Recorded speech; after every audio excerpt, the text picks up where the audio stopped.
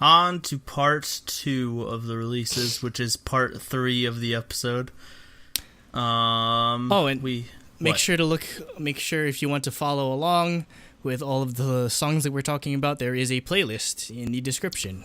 Yeah, I think, did we mention that last part? We probably No, forgot. I don't think we did. Oh well. We can just pin the link in the we'll put comments the or something. Yeah, it'll be in the description. Do we ever actually do that when we say we do? Yes, I did. I make sure. Okay, that's good. Well, I don't know 'Cause I about never pinning check that. comments, but I usually, All right, at least Andrew or description, me yeah. put it in the description. Yeah. Okay, starting it off with Gray's digital single "Upside Down" featuring J Park, Simon D, and Loco, which is a CF for Cass, the beer company sort of thing. No Gordon Ramsay this time. Top 2 crappy beers in Korea. Wait, really? Is it bad? Well, it's just it's like Budweiser, like it's mass produced like lager, rice beer, just very boring, not good beer. Cass and Height are both they're just mass produced. I mean, isn't Japanese beer like more popular? Like I'm pretty sure like even in Korea they drink a lot of Sapporo and that sort of stuff. All the places I went to had Cass or Height. No, like probably because it's cheap. No, whenever exactly. I go to K-Town, like I see a lot. Whenever I go to K-Town, I see a lot of like Japanese beer on top of just like both of those brands. So yeah. Well, I mean, Japanese beer is kind of popular here in America, anyways. That's Sapporos. I've never tried it, obviously, but I feel like this was a solid CF song. Like surprisingly, like I didn't know it was a CF at all. And it keeps using it. Remember how we talked about that one song by 17, Change Up, that uses the same sample as like the Dum Dum cover by like Giant Pink and like all these other like people. That's in this song too. Am I going crazy? I wonder if it's just a default sample that comes with whatever audio program. Yeah, it's like if somebody knows where this thing comes from, like literally tell us, because it's been bothering me for so long. Like, where does this come from? Why does it keep popping up like in every like song that we listen to? I don't know. I noticed a similar thing. We'll cover this later on when we actually cover Shiny, but like there's a part of the beat that goes the dirt. That's also in Luna's Free Somebody, I believe. I don't know. I'll find it. I'll actually find it. All right. Yeah. Anyways, let's move on to the actual relevant things. Next we have Halo's digital single "Oh My God," OMG, which stands for "Oh My God." Surprise! Not the girl group. Not a cover of the entire girl group. Oh my God. I was gonna pass this up initially, but it started to win me over. Like it's got a like really funky, Shiny-esque vibe to it. I feel the choreography is definitely what put the song over the top for me, because they have a lot of good like hand tutting, like ISOs, like really like nice like hand choreography that's sort of like they use decoratively to sort of like do set pieces a la, I don't know, like 101 does. So this is really good. I haven't really listened to much from Halo, but yeah, I'm definitely gonna keep an eye out for them. Also, the dude with the pastel pink mullet, wow, you can't miss that at all. I don't know what his name is, but man, that's a look, definitely. Yeah. This song actually caught me really off guard. It was really, really, really catchy. So I'll be looking out for their future stuff. Yeah, they've had other stuff too. This was not their debut. Yeah, no. Yeah. I've seen them a lot before, but like nothing just caught my eye until now. So. Yeah. Next we have High Cutie's digital single "8th Grade Syndrome," which Andrew wanted on this list for some reason. This song sounds like it's like a song from a really little kids show, like OST. Like or the shark song. Yeah, like exactly. What the heck? I mean, they're like, I looked up their ages. They're like 12, 13. That's like they're little kids. I guess it's actually fitting then. I was say they looked like little kids. So I don't know what the word for this is in Korean, but when you talk about 8th grade syndrome in Japanese, the word for it is chunibyo, because it's basically saying. There's an entire anime called Chunibyo and Other Delusions, where basically they're just pretending to be like ninjas or like do other like really weird shit. That, like how when people like say what that you they do when you're in middle school. Yeah, like when you do embarrassing stuff in middle school. That's what Moonbyul or 8th grade syndrome is, and it's funny to see that it's something that like sort of carries over into Korean culture as well. But man, I mean, like I understand they're kids, but yeah, I feel like their singing is their voices are way too raw and like undeveloped.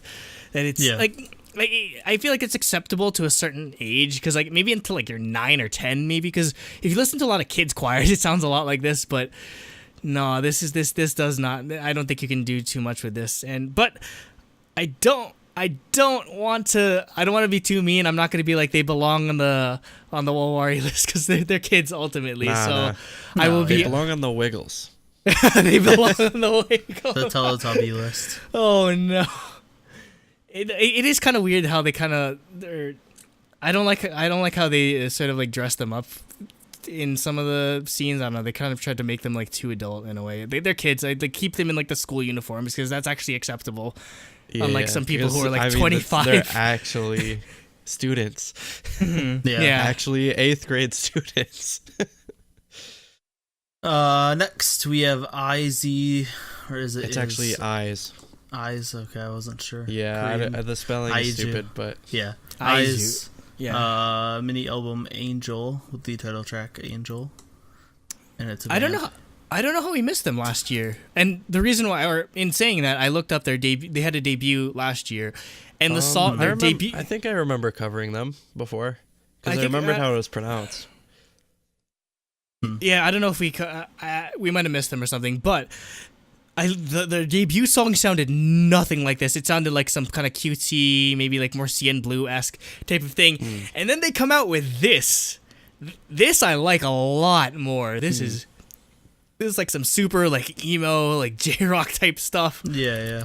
Yeah, like you're not hearing this kind of thing in Korea right now too much. So yeah, it's a good direction for them to go in, because it immediately caught my eye. And I don't know how well they're doing as a group, but yeah, I just like instrumentally or just sonically, it just sounded way more interesting than the first song they put out. There's this like crazy drum fills, like all these intricate harmonies that they're doing for the Angel, like for the chorus part and everything. Yeah, it sounds like so much more advanced and so much more well thought out than their debut song was. And I don't know if there's a mini album associated with this or not, but I'm definitely keeping an eye out for them. It says it's a mini album.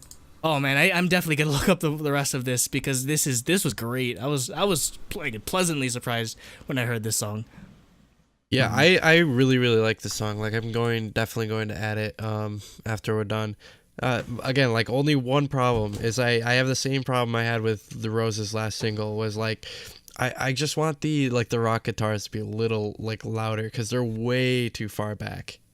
Like they're way too like quiet, I guess, versus like the vocals. And I guess it keeps it from like really really impacting like a good like hard rock song would. So I don't know. It might just be an idol band thing issue rather than a I mean I don't really have that issue with like CM Blue songs and stuff like that.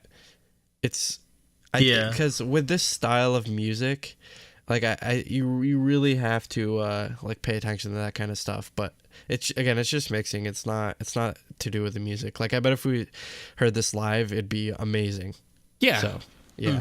Come on, somebody. We need to the Rose these guys who's like my music taste. Whoever like connections we got there, like somebody get them over to America, because I'd love to see this live. Oh.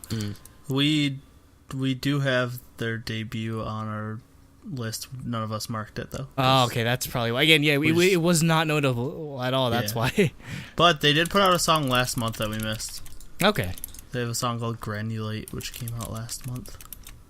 Yeah, I'm definitely gonna look them up. Next we have Jackson from GOT7's digital single Fendi Man.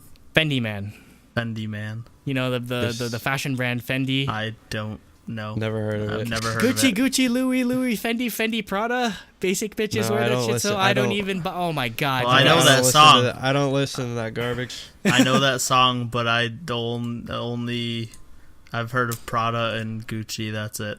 Yeah, me too. Apparently, this is actually a CF for Fendi. No joke. Oh my god. And the thing is, though, Got 7 stands. Don't get mad at me. I love Jackson. Nobody's gonna get you mad. Nobody likes this song. I don't think. Jackson's my bias. Jackson is my bias in Got 7.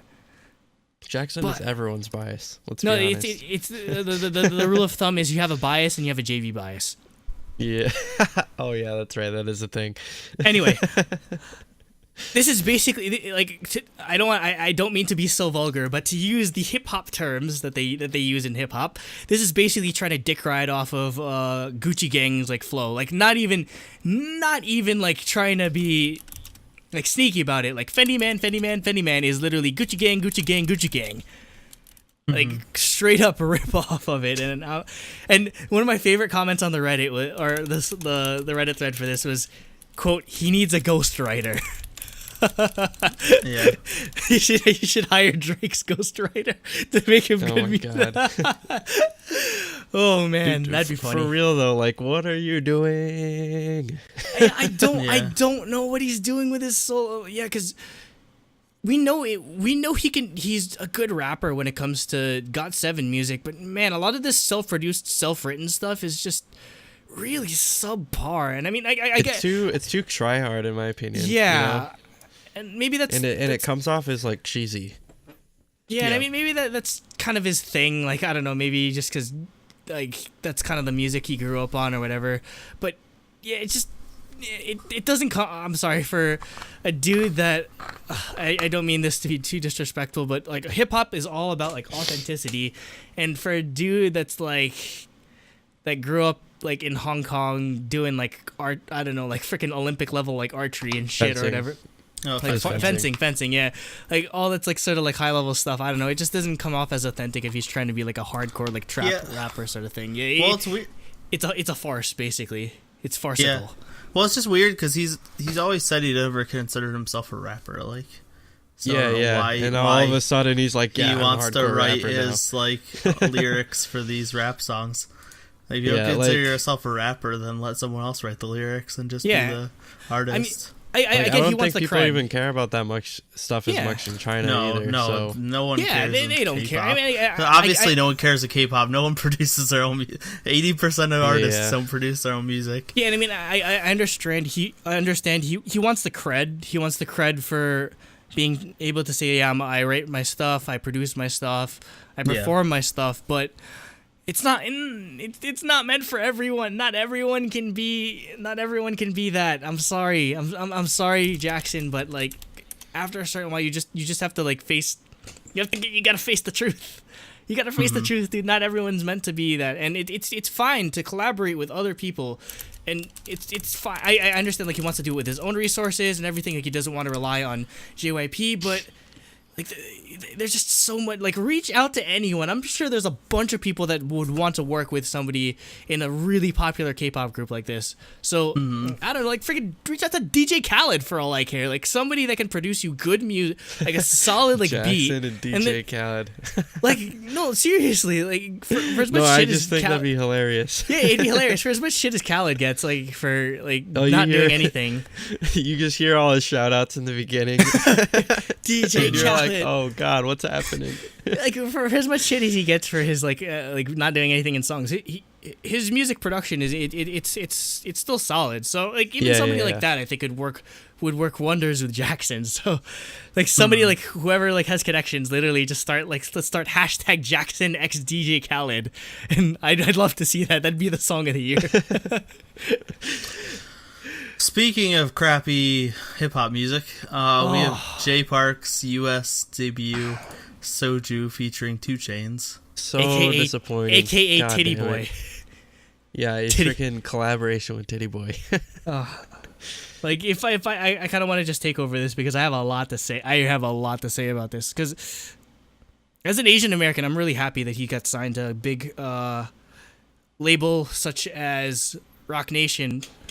But I kind of feel like he's, by making music like this, because Soju is just a like a trap song in the style of like most, I guess, generic trap songs these days. Yep. And I felt like that's never been Jay Park's bread and butter. I feel like he is a singer that can rap, not a rapper that can sing. Mm-hmm. Like, it feels like he's just trying to put on like a face for America. Like, yeah, like Asian people can be like hard as fuck too, and like they can talk about like getting lit and like all this sort of stuff. But maybe this is just me, but I don't think we need that right now. I honestly don't think we need that right now. And honestly, we get enough of that from freaking like Dumbfounded. I think he has that market cornered at this point. And I mean, there's or like Rich Chiga or like whoever. Like Ted Park, which is another AOMG sort of thing. Oh my god, Ted Park guy! Don't even talk about that guy. Yeah, it's super cringy. Like, he's signed to Rock Nation, which is a label that is Jay-Z, right? Run by Jay-Z, has people like J. Cole on there. Like, it's a label that's run off of or its roots and its history is based off of like hip hop that told stories, had like messages, like was like conscious like hip hop. Like, that's what I want from Jay Park. I want him to be the Asian American equivalent to J. Cole, where he's just like making like a real music. And I for as much he loves to shit on Drake and a lot of his like he loves to like throw shade at him for whatever reason, but I feel like he should follow his model in some way where Drake isn't afraid to put out pop tracks, and then if somebody comes after him, he's gonna put out a hard diss track like to respond. So I feel like he shouldn't be I know he probably doesn't want to get lumped in with like all these Asian Americans are like American Idol singers and like that's all that like we're capable of. We're not capable of doing like the only one I can think of is John Park. yeah, like you get lumped in or you get stereotyped in that. But I don't think him doing R&B music where he's using his voice, which I believe is his main talent, I don't think him doing that would lump him in with the rest of like the Asian American singer-songwriters that have already came out. I feel like by doing that he's still breaking ground or like blazing a path for other people, and this is just lazy. Like, hands down, this is the laziest song I think I've ever heard him write, which is a shame because you see the people on this. You have freaking you have Cha Cha Malone, you got Woogie, you got 2 Chainz. They got a 2 Chainz like collaboration for this. I mean, like I love 2 Chainz, but literally all his features just sound the same. Like he just makes the same goddamn verse over and over again. So I think what the right move would have been to come out with a song that's more similar to I don't know, like All I Want to Do or Me Like Ya or something like that. Yeah. Like his R&B side, and then mix in some of his rap like in there. Yeah, I honestly I feel like that could be like massively successful. Why do those two sides have to be so like isolated from one another? Why can't he? I don't think I've ever really heard him combine the two. Like he always just either strictly sings or strictly raps. Like, again, if you want to break ground, if you want to like show that you're not just a typical like Asian American singer, like do that kind of stuff. Like show that you're multi-talented like that. And I mean, I feel like people were able to respect you for that. And I mean, I know it sounds like I'm being really hard, and like I do appreciate the fact that he's like I do appreciate like what he's doing, but I just expect so much better out of somebody like Jay Park who runs his own like music label with like all these good artists and everything. I feel like your music is held to a completely different like level at this point, and I just want him to at least meet those expectations. So I don't know if Jay Park will ever hear this, but don't confuse this for me like trying to shit on you, because I respect a lot of what he's been doing for just like Asian American artists everywhere. So yeah, he has such a big burden, and I feel like he has to live up to that. Next we have Jisook's digital single Edelweiss. She was formerly of Rainbow. It's an acoustic ballad. It's a cover of the German folk song Edelweiss. I miss Rainbow so much. Rainbow was so good. But yeah, this is an acoustic ballad, really great guitar part, and then Jisook's voice is beautiful as always. Yep. Again, I will stand by the fact that she is like the most underrated K-pop idol like ever, And so is Rainbow. She's definitely up there. Rainbow is definitely up there as underrated. Dude, like, group. Rainbow was so good. I missed them. But, like, almost no one listened to them. I know. It was stupid. And I was like, dude. Yeah, like, Rainbow Syndrome Part 1 and 2 are, like, top-tier EPs. Ugh. And nobody listened to them. They even had J-Seth and BM in the music videos. Also, A, like, you know. A is classic. So good. You got the taking off your shirt choreo. Oh, yeah. Oh, no. You don't see that nowadays. No. This is pretty much my first exposure to anything that she's made, but I really love her voice, and I feel like the style of song is very, like, IU reminiscent, like, just, like, self-harmonies, like, really, like, soft-spoken voice, so, yeah, I enjoyed it surprisingly. Yep. I want a full album. Work on it. Yeah. Work on it, Jisook, please. I mean, what has she been doing? Is she just, like, doing solo stuff now? Playing video games, exactly. She's just doing Overwatch? That's awesome. No, she plays actual video games. She had, like, Bloodborne. She plays, like, hardcore JRPGs and shit. She builds Gundams. Also, she builds Gundams. Yeah, she's definitely building lots of Gundams. That sounds like somebody that just fucks with Gunpla is somebody that I could definitely stand. I'm telling you, underrated. Yeah, she has a whole room in her apartment dedicated to all of her Gundams and all of her nerdy ass toys and shit. That is Bae right there. Next, we have K.Will's full-length album. The fourth album, Part 2, will be a start, which is a horrible name for an album. Title track, My Star. Actually, K.Will is like a really good, like, ballad and R&B top artist. tier, yeah. And I thought this was a really cool brass section for an acoustic ballad. Also, Bona from Uju Sonyo is the main female lead. Oh, I was just like, damn, where did I see this person before? And the music video, it was a parody of Inception, and it was awesome. Cause, like, does it beat the twist from Please Don't, though? No, it doesn't. Or it doesn't beat the twist from 1MB either. I'm pretty sure I've seen, like, there's a cafe scene in this, and I'm pretty sure I've seen in, like, a bunch of other music videos as well. I don't know. It might just be it might have been another Starship music video. Not even joking. So it might just be a set. But yeah, to go through the music video, basically, Bona comes over to her neighbors and is like, "Hey, I need help fixing a light bulb," and then he falls in love with her and then starts having dreams about her, and, like, has the top from Inception, and then, like, at the end of the music video, like, he wakes up and answers the door and she's there, and then it shows the top spinning, and I'm like, oh my god, it's basically the ending from Inception where it doesn't show if it's like. Yeah, it doesn't show if it fell or not. Oh my! It's up to you. It's up to the viewer. You know how many nights I stayed up, like, after watching Inception, just contemplating that shit. God, Christopher Nolan, like, knows how to ruin people's, like, lives with that stuff. His movies are always amazing. After I watched Interstellar, I watched it again like 4 times. Oh, I can't wait. Once I get a 4K TV, I'm gonna buy all of, like, the Nolan collection. Oh my god, I'm just gonna that's my rest of my summer. Just watch Nolan movies in 4K. Next we have Kanto's mini album Repetition with the title track Salty. It's a cover of the Pokemon. Kanto is back in more than one way. Yeah.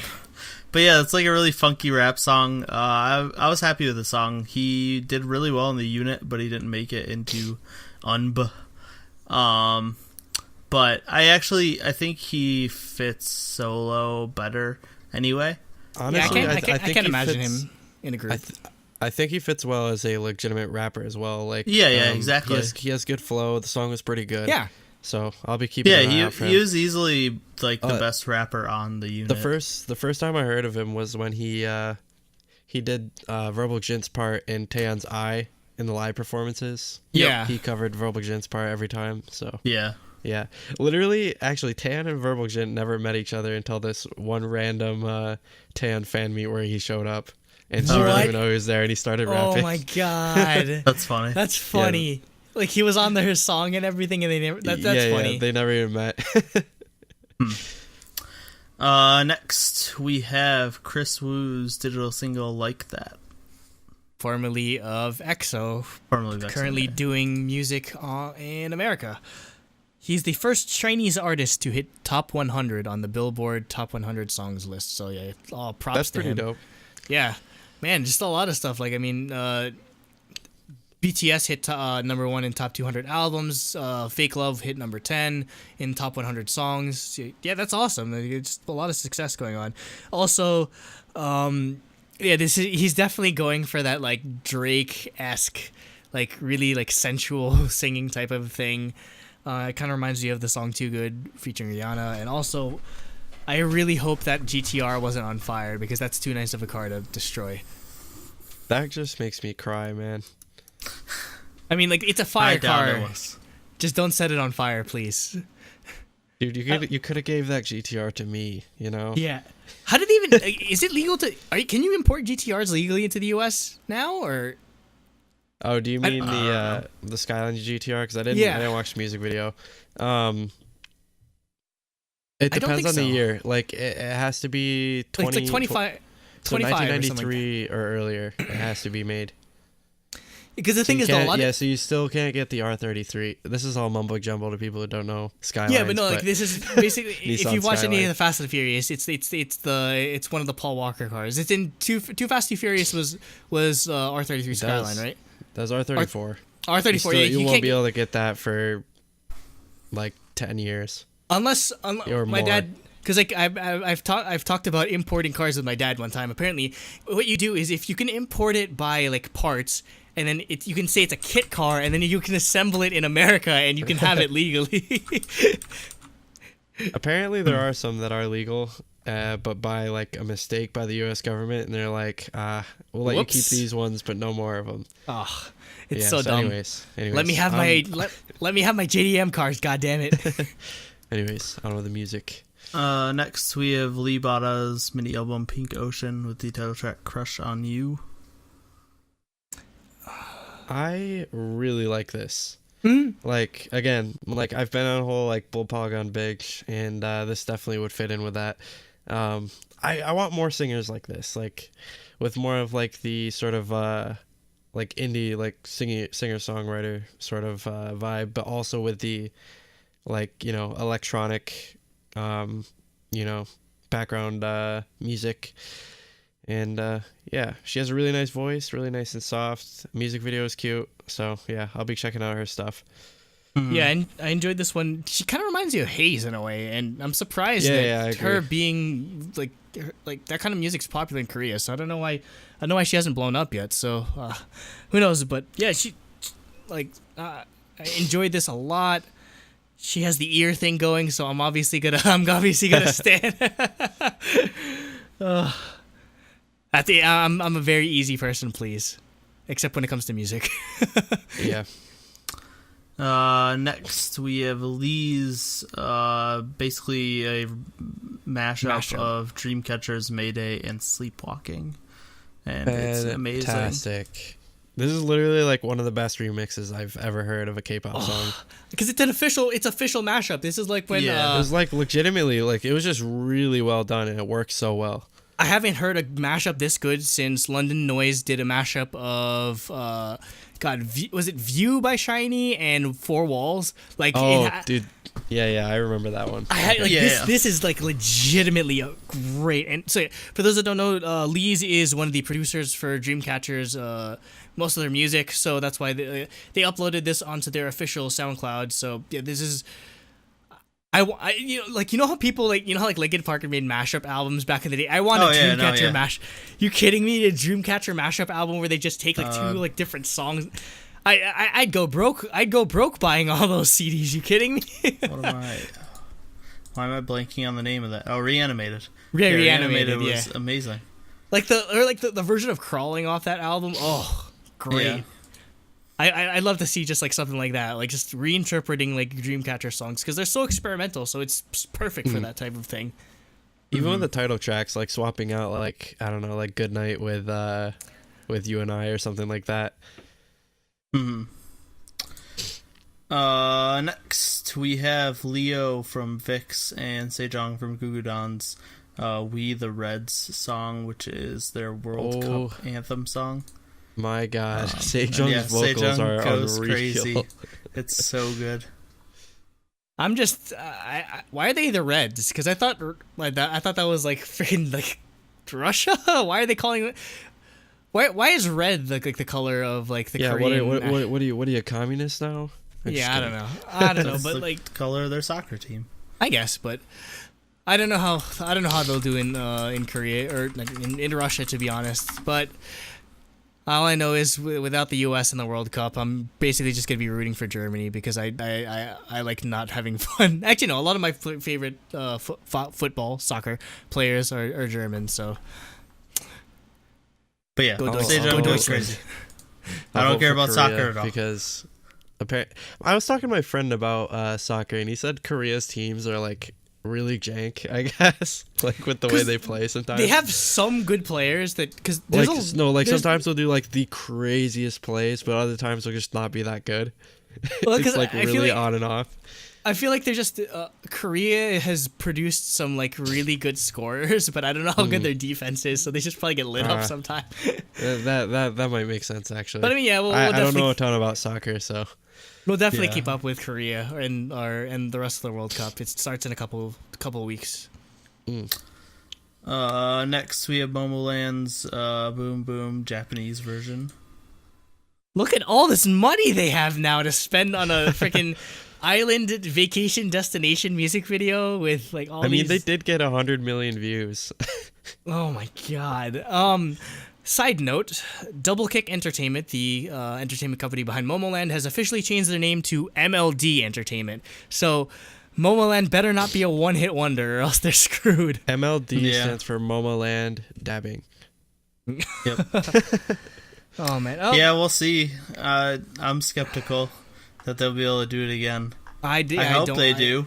If they can do it again, like they might be Artist of the Year category like nominations at this point. But they just need another good song, like. And I mean, hey, they're getting Shinsan Tiger again. I mean, it's gonna do well just riding the wave, but it does. I don't think it'll top it. Yeah.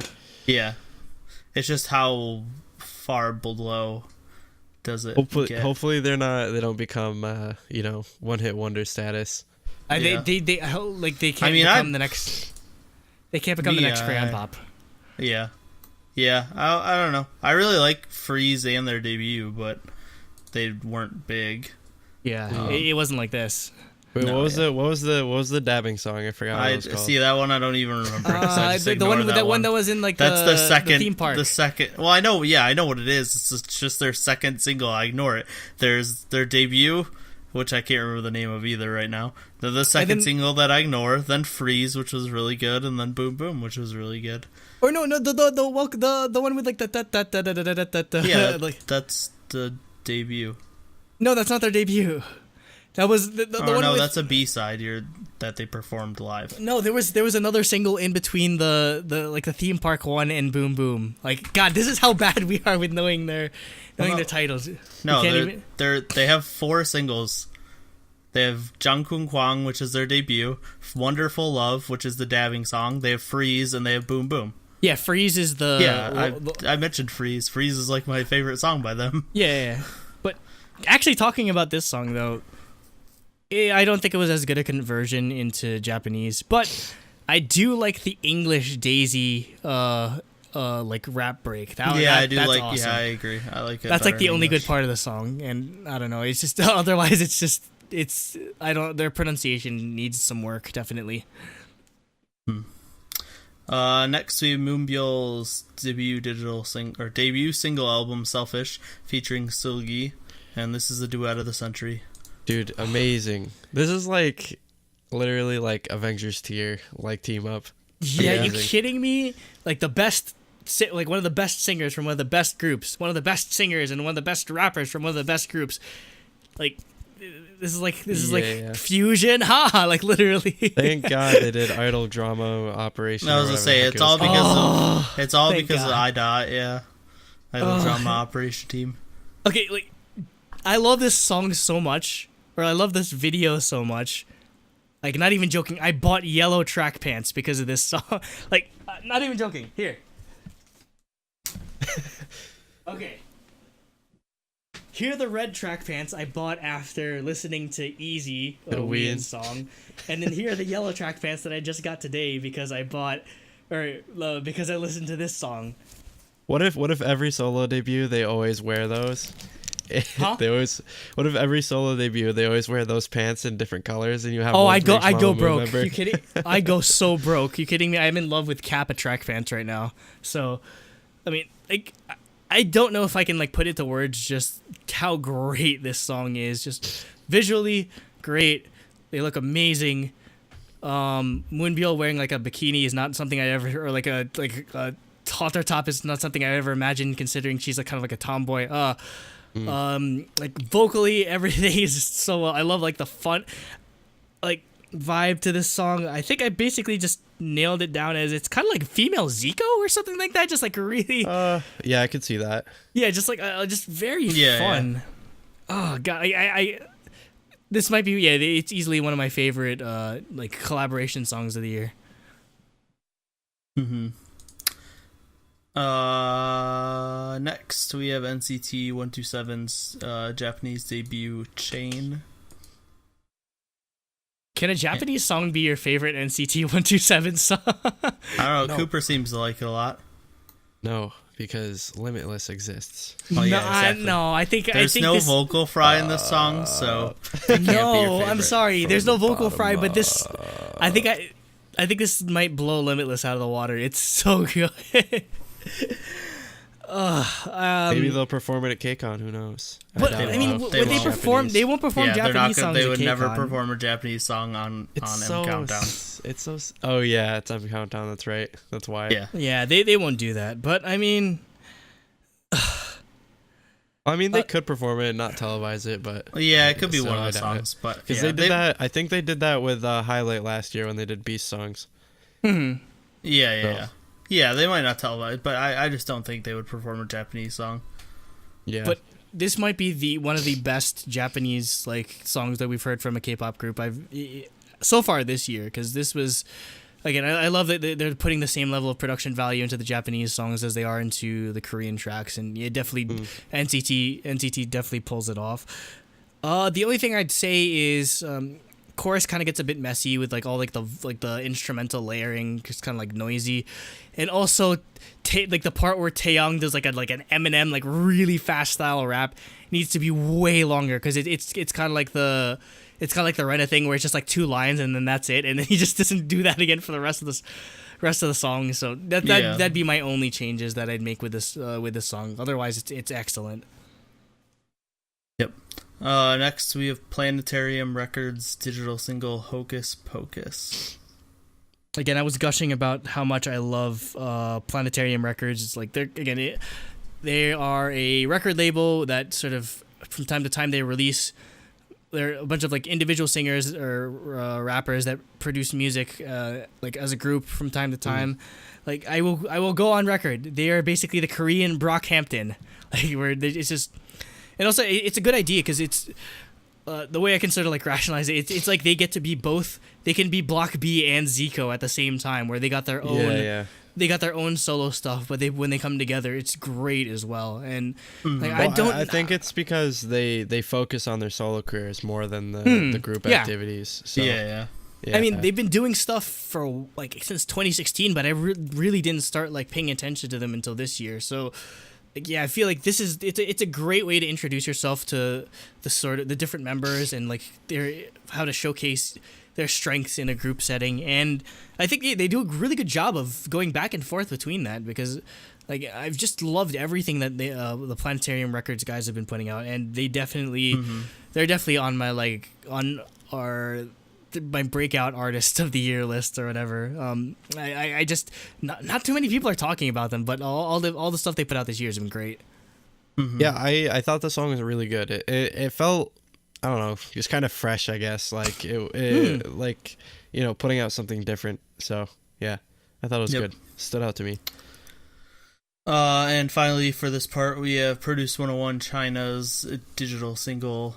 It's Produce 101 Girls Pick Me with the subtitle. So this is their Pick Me. Between this Pick Me and Nikoya, it's like really hard to choose which one my favorite. I really like this song. I don't know. And like the hook is so good, and it has a real rap section, which is awesome for a Pick Me song. That's amazing. Why don't the other Pick Me's have this? Yami is a really good rapper. So yeah, I've had the song stuck in my head for the past day because I've been watching Produce 101 China. And yeah, I really like this song. It has the music video is kind of cheap though. It's just like green screen. Yeah. But yeah, you're definitely right. My roommate from college is in China right now. I should tell him to watch it. Oh, okay. That's cool. Is that wait, like the same one that did like all like the money like the cryptocurrency. What's he doing in China? Well, he's Chinese, so he's just vacation there for the summer. Okay. Yeah. I should tell him to watch it and be like, you should watch this show, but don't ask me what it's about. And then stan Meichi all the time. Yeah, stan the Wuju Sonyo members. But I feel like of the like pick me up or Naya Na or Neko ya. I feel like pick me up is one of the most catchy. No, I think this is the most catchy. This is the one that's been stuck in my head out of all of them, which is oh my god, like insane. Also, who's the girl with like the round glasses? Because I keep seeing her everywhere. Yeah, she's really popular. I don't know. Yeah, because like she's the I see her on all the thumbnails and everything. I'm just like, damn, I should stand her. She's pretty cute. It's really hard to remember the Chinese names. They're all very similar. Yeah, I'm sure they're all like really like complicated. Everything. Yeah. So I have no idea what her name is. Is Chinese Produce 101 worth watching so far? Because I like it. I only got to watch like a few minutes. I said, from the music quality, like you can tell it's a step down from like K-pop, just like production wise. Like the songs that they performed for their like original evaluation and stuff, like you could tell the just like C-pop just isn't as high quality as K-pop is. But definitely. No, like it's good. They definitely got a lot of crying in it, which is great, critical for Produce 101 show, especially with the girls. Yeah, especially with the girls. But yeah, they do some interesting things to mix it up a little bit, but it's been good so far. I'm enjoying it. I'm gonna keep watching. I'm gonna try. I'm gonna be sad when Shani and Michi show up in the top 11, and then it's all weird with Uju Sonyo. But they said that it's not going to affect their Uju Sonyo schedules. Careers, so we'll see. It's great exposure. Bounce back and forth. It's easily great exposure for because again, it's kind of like. It's kind of like what Yebin did with going on the unit, where like it's hard for her to get exposure in Daya, but like but I feel like even if it sort of messes with the scheduling, I feel like it's only going to like elevate their status both in Korea and China. Yeah, well, and they're huge already. Like they're locked no matter what, because like Uju Sonyo is really big in China. Actually, like we don't. We don't really like know it, but it is like they have tons of fans already. Okay, and also it helps that like Michi is probably one of the best. She's probably the most skilled person on the show, like by far.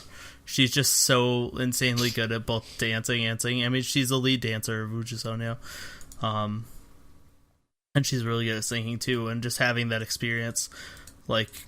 Both of them are in the top of the class in terms of skill level, so they're definitely going to make it, being most popular and highly talented.